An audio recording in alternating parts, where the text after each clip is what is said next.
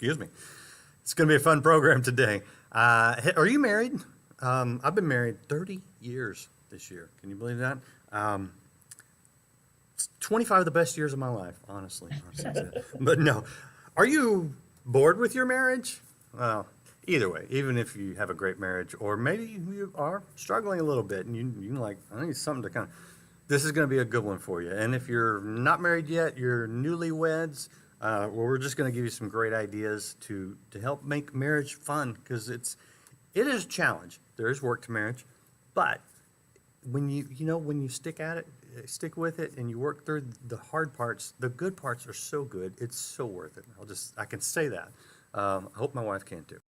Anyway, my guests today are Jay and Laura Laffoon, and they help a lot of people with their marriage, and they do it in a way that is fun, because the old thing of ask any man, hey, you want to go to a marriage seminar? You're going to get one of the coldest, oh, geez, kind of reactions typically. And so I think it's important that we communicate in a way that people enjoy, and these guys are pros at it. Jay and Laura, great to have you here on Life Today Live. Great to be here. All right, I'm going to show people the new book. It's called Ultimate Date Night, 52 Amazing Dates for Busy Couples. And maybe that's just a good place to start, giving people an overview of what this book is about. We travel the country, at least we did pre-pick, doing ultimate date nights. We go into churches, do 90 minutes of music and comedy and biblical instruction on marriage. And a lot of times in our, for VIPs, they would have a question and answer time. And to kick that off, we would ask couples, well, what do you guys do on a date? And it was continually dinner and a movie, dinner and a movie, dinner and a movie, dinner and a movie. And we're like, come on, guys, get creative, do something fun. And so we pitched the idea to Broad Street of, hey, we're creative people. We come up with creative dates for ourselves. How about we publish a book that gives couples a real creative, fun way to go on dates? Because we always, in all of our shows and all of our podcasts and our radio shows and everything that we do, we encourage couples to keep dating. Because it seems like when you stand at the altar and say, I do, you then say, I don't have to do what you like to do anymore. I'm going to do my thing, you do your thing. And that's what we were hearing from couples. Well, we don't know what to do on a date. Dinner and a movie is just so easy. We just don't have the strength or the brain power to be, creative. And so we just said, okay, we'll do the creative for you. And we will come up with 52 dates. We'll tell you in the book. We give you a key code, for lack of a better word, whether it's going to cost a lot of money or cost no money, take a lot of effort, not much effort, a lot of effort. Is it going to create romance, or is it not going to create romance? Because not all of them do. All of them are just for, just fun to be together. And so we've hopefully taken all the thinking out and done the thinking for you. The other thing we did with the book is we coupled some stories from our dating life, some funny anecdotes, and clearly a scripture for each one to kind of make each date very much focused on something specific.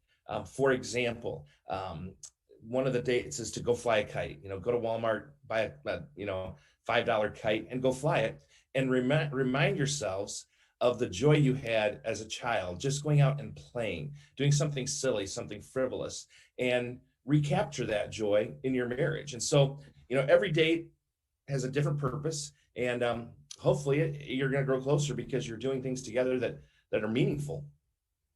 Okay. First of all, I'll give you a 53rd, and this is something my wife and I have been wanting to do for a year now. It's called Dinner and a Movie. Because after COVID, it's like, we can't wait to go do dinner and a movie again. So, but here's a serious question, because, like I said, 30 years this year. To go fly a kite, my wife would be like, really? Why? You know what I'm saying? Right. We get into sort of a comfort zone, and a lot of times you try to do something different, and it becomes this kind of, why did we have to do this? I don't enjoy this. How do we get some creativity in there without torturing our spouses or ourselves? Sure. And not all of them are silly and frivolous like that, because quite frankly, we know a lot of people wouldn't just go out and fly a kite. Now, there's some in here that are, one of our favorites came from friends of ours who have 5 kids under the age of 12. And His name's Sparky. Anyway, their one of their favorite dates is called a driveway date. They put the kids to bed. They go out, and we live in Michigan, especially in the summer. They'll put a mattress down in the back of his, or some Camping blankets chairs or blankets in the back of his pickup truck, and they'll just stargaze and turn on a little music, and that's their date. That's great. And again, very creative, costs nothing, Mm-hmm. and yet can really be some significant time. And they are all very different. We tried to be very different to hit people's interests and what they do enjoy doing. You know, one of them had something to do with spring cleaning, which, you know, most people don't want to do, but it's something that has to be done. So turn it into date and make it fun. So we tried to give all different kinds of. How do you do that? How do you make spring cleaning? I don't know that we can say that in public, okay? Okay. You can on this show. So yeah, I mean, what it is the comfort zone oftentimes can also become the rut zone. You're right. And that's kind of what we're here to help is get you out of the rut, get you out of the routine. One of the things we used to work in youth ministry and weekend retreats, summer camp, you get the kids out of their routine, and amazing things happen in their relationship with the Lord and with others. And again, when you get out of your routine as a husband and wife, it allows the Lord to maybe help you see something different than you've seen before, and maybe grow in a way that you haven't grown before. I want to ask you a question because your children are adults now, or at least some of them, I think. Yeah. Mm-hmm. So. By age, yes. No, you're right. I know exactly what you mean. So, you know, once we had 4 children, and we had 4 children in 5.5 years, and Wow. so I can relate to the stargazing couple. It early on, frankly, I had some issues because it's like I was number 1 in her life for a couple of years, and then we had a child, and I became number 2 in her life, and then we had another child, and I became number 3, and by the end of it, I'm like, really, you know? But what I found, a little too late, honestly, I wish somebody had told me this sooner, that's why I bring it up, is that, yes, my wife's, I mean, this is her life, that raising these children. You know, she wasn't working outside of the home. She had a 24/7 job at home. And I found that, you know what, if I will enter into that, whether it's going to even a practice, you know, a hockey game, a soccer game, lacrosse, whatever, or a school event, which I hated some of these, because they do the PTA meeting before you got to see your kid sing their song, and I'm like, that is wrong. But Cruel and unusual. yeah, so that's the only way to get anybody to show up.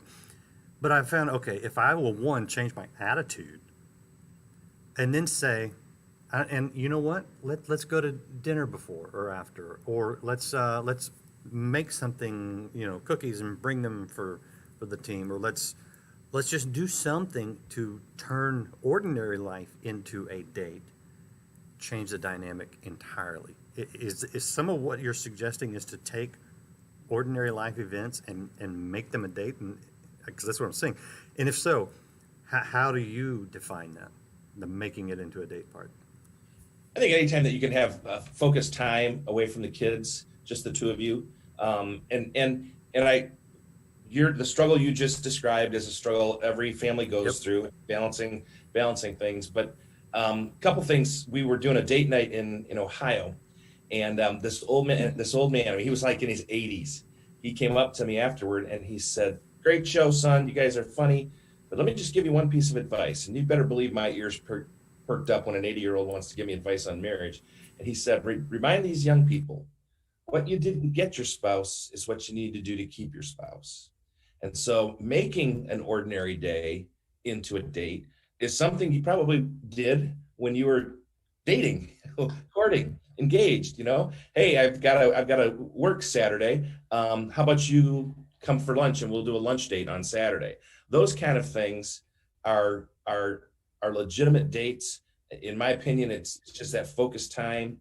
One of the things that we encourage couples when they're on a date is to lose the cell phone, or at least put it away. You know, it's hard to do, but certainly very, very. It's hard for you to do. It is. And I'm the one telling people to do it. But yes, it's absolutely necessary for couples to continue to date, even though they have kids. And lots of times I think what you said is great, talking to the husbands to say, change your attitude, see how you can insert yourself into that. But the flip side of that is, as women, we do get so consumed with our kids, just like you said, you were first in our life, then you were second, then you were third, and by the time it was all, and that happens because as women, we don't remember that our husband needs to stay first. The best thing that we can do for our kids is to date our spouse and have our kids see that we love each other. That's the best thing you can do for them. And so it's a both and. We both as spouses, we need to insert ourselves into making sure that we stay number one, that, in each other's lives. But figuring out how you can do that is not always easy. And so, yes, that is part of the purpose of the book, is to give you, just like I said, spring cleaning. That doesn't sound like a date, but it's something that needs to be done. And so how can we make it fun? And we did it this spring and just took a room at a time. And we're like, okay, let's just have some fun and put on music while we're doing it and sing and dance and, mop all the floors and walls and all that kind of stuff. So you just have to be creative. And this, what I'm about to say, goes both ways. It goes for both the husband and the wife. But most likely you said something similar to this on your wedding day: forsaking all others, I thee wed. Sure. And the all others includes your kids, your in-laws.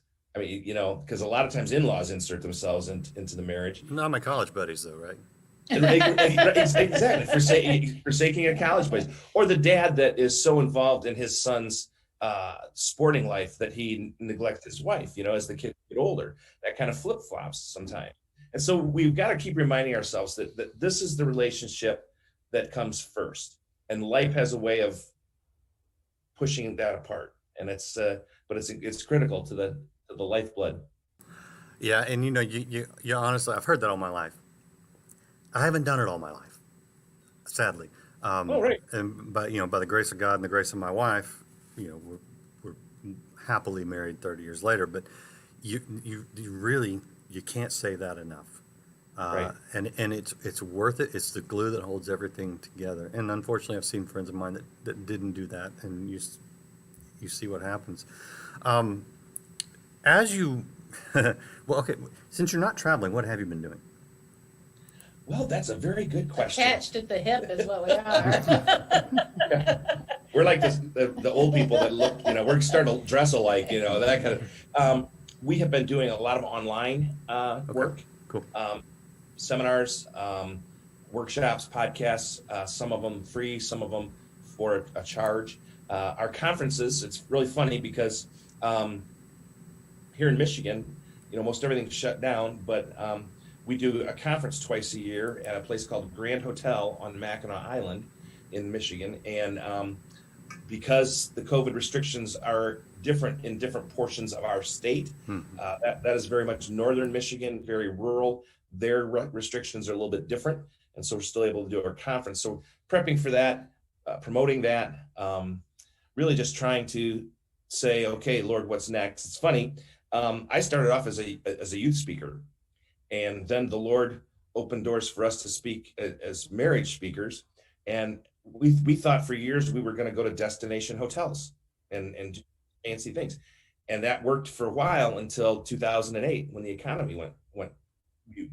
Well, that's when we started doing these date nights. And they took right off because it's the cost of a movie ticket. It's a live show. It's fun. It's engaging. And we've been doing those since 2008 and just thinking that's what we're going to do the rest of our life. And, it's a constant pivot, now that we have a grandbaby, if we can do more stuff online, that gives us more time to be with our grandbaby. Yeah. So, Yeah. But it has been a challenge, I can tell you that. Yeah. So I want to show people the website because you do have an event coming up at the end of May that people can join in on. And that's at jayandlaura.com. Great URL, by the way. jayandlaura.com. And we'll talk a little bit about this, the online thing that you can be a part of here real soon. But I got to ask you, and I don't know the answer to this question. Sometimes I know the answers to the questions ahead of time. But have you guys always had just a great marriage? We laugh a lot, but we haven't always had a great marriage. No. We talk about the big three in marriage: money, sex, and in-laws. And those are the big three, and you wrap that up in the fact that men and women communicate very differently. there's going to be conflict, and sometimes very passionate conflict. And then you have life events take place. We had a stretch where our daughter went through a really rough time, and that impacted our marriage because we didn't know how to fix it, because we didn't know what it was until 3 years later. But so those kind of things, it really is. I mean, it's challenging, and I know this broadcast is going to really help marriages, because before we came on, we were fighting like cats and dogs. So, but yeah, that's I'll never forget, one of our biggest arguments took place at a conference. Right before we went on stage. Right before we went on stage, we were having trouble with the sound check, and she was not happy with our sound guy. He was having to fix things. It was old equipment. He didn't come prepared. Blah blah blah blah blah. And I said something snarky, and she said, "Fine, you can do it by yourself." And I said, "Fine, it'll be better that way." Oh my goodness. And so we have conflict, and we're two very passionate people, and passionate people discuss things passionately. Yes. I'm guessing it was a church volunteer, probably. Anyway, don't get me started. I think it's important to admit that, but to let people know that, because you're not going to get through life without conflict when two people live together and make life-altering decisions together.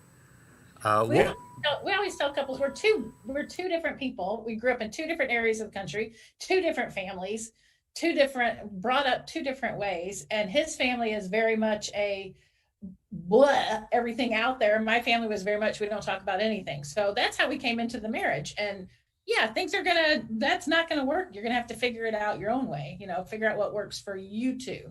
One of the encouragements we give to couples, because yes, I mean, there's trauma, there's difficulties, there's challenges. I mean, life is hard, marriage is hard.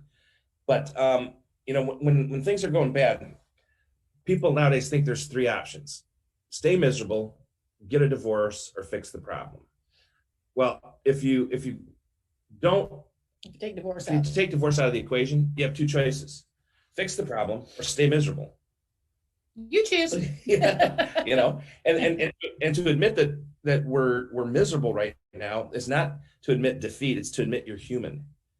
Every relationship, we're either spiraling up or spiraling down. Now, sometimes that we don't notice that spiral down because it's so ever so faint.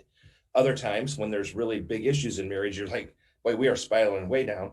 But it takes constant work to keep the communication lines open, to keep the intimacy active, to just keep that whole commitment to each other in improving. We also tell couples, don't be dismayed because you conflict. Don't be dismayed because you have passionate arguments, because when you do, that means you care. You care enough to argue about it, to disagree, and you don't care and you become apathetic and you just let everything go. That's the point where you need help. There's an organization, I don't believe it's out there anymore, but it was called Smart Marriages. And they had a lot of research, a lot of statistics. And then the number one indicator for divorce, do you want to know what that is? Sure. The habitual avoidance of conflict. Wow. So when you avoid it, it festers, it builds up, and then it just grows. And so have those discussions, have those hard talks, but try and do it in a kind manner. One of the things I've struggled with my entire life is tone of voice. And, early in our marriage, I could make Laura feel, this tall and not even know it because of the tone of voice that I used. And so, I'm working on that now. Laura's spiritual gift is sarcasm. So she's had to work on that our entire marriage. So yeah, I mean, those conflicting things, Yeah, just last night he compared me to our daughter when she was 3 with something I said. I said, so you just called me a baby, a child. No, I didn't. Yeah, you did. That's what you just did. No, I didn't. Well, you did. That's the way I heard it. So there, we proved that we conflict. So, okay, so we've just told people that marriage is work and you're going to have conflict, and it sounds pretty bad at this point in the interview.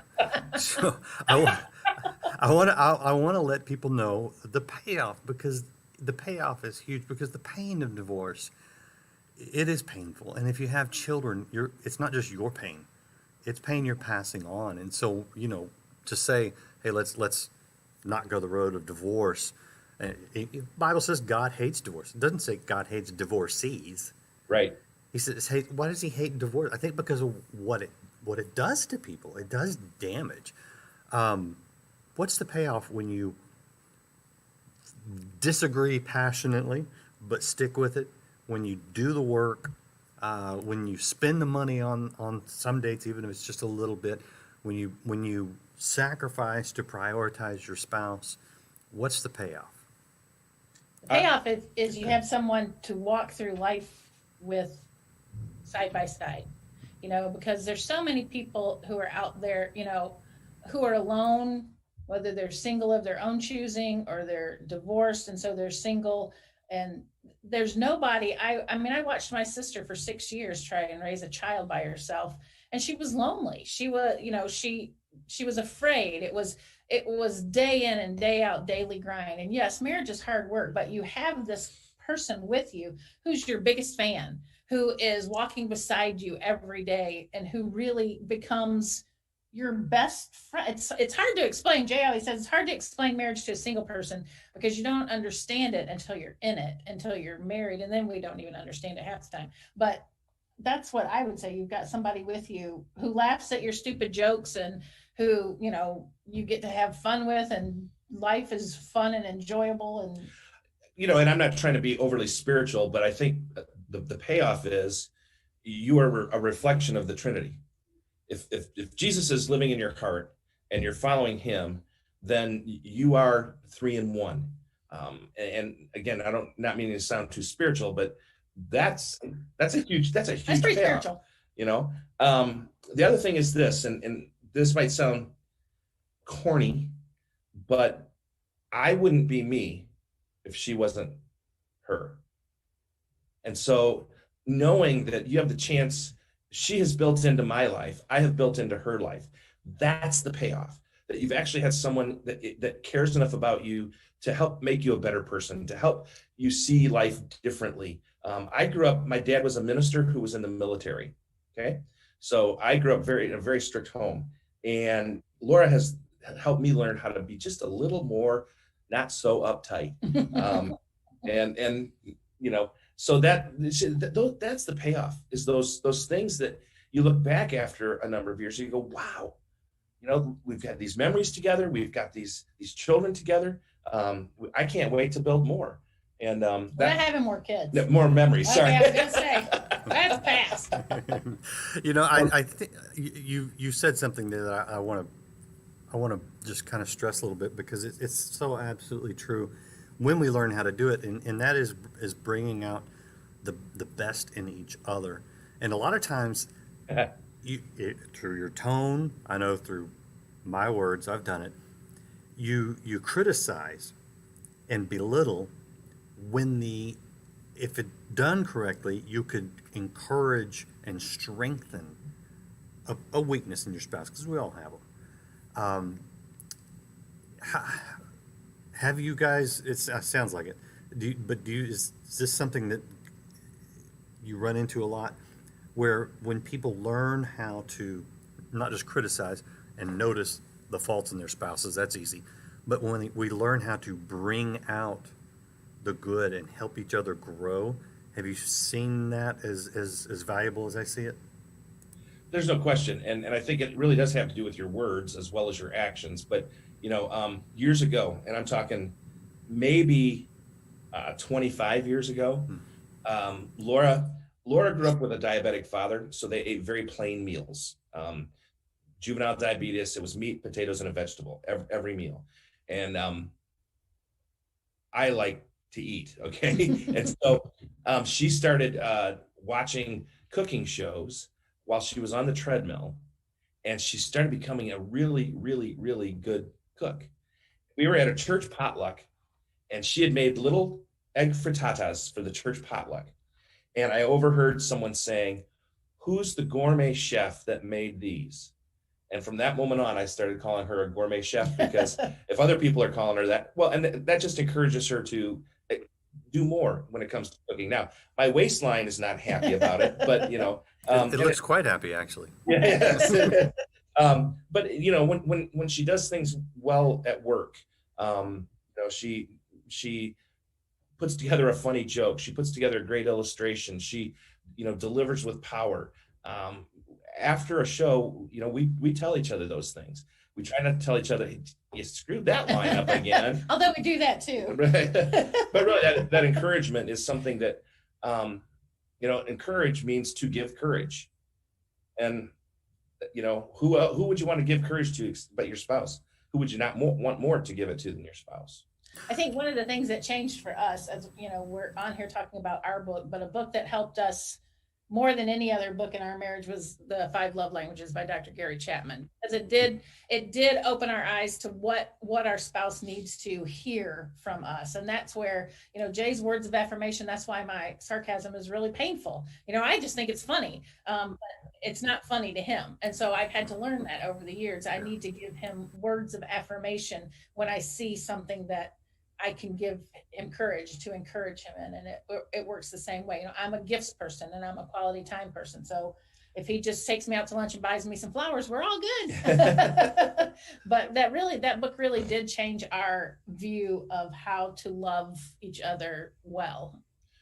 And when you go out on a date, you are giving yourself to that person, and that exclusive time, it's very important in the health of your marriage to remember that when you're out on a date, and not be on your cell phone or be watching the sports game that's on the TV behind the bar at the restaurant that you're at, those kind of things. I have no idea what you're talking about. I've never. Although the older we've gotten, we both sit on the same side of the Really? booth.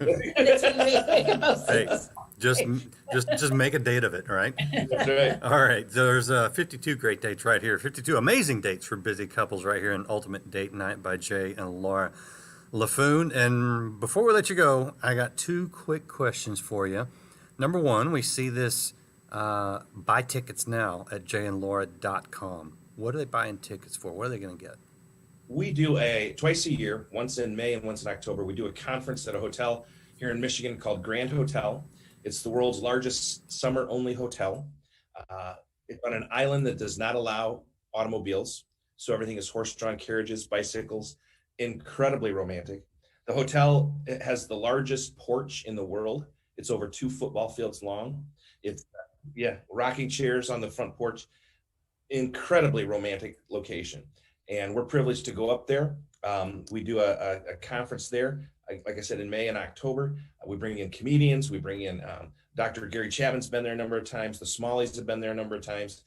Bill and Pam Farrell, other great marriage communicators. But it's called Celebrate Your Marriage, because we're going to make it a celebration. We're not going to tell you the 85 things that you're doing wrong, because you probably know that. But we're going to enjoy our time at the hotel, but really enjoy each other as we celebrate together. Well, and also if you just write that website down, jayandlaura.com, or go to our Facebook page and like our page. And I would say in the next month, we're going to have more online events that'll be happening, some courses that you can take.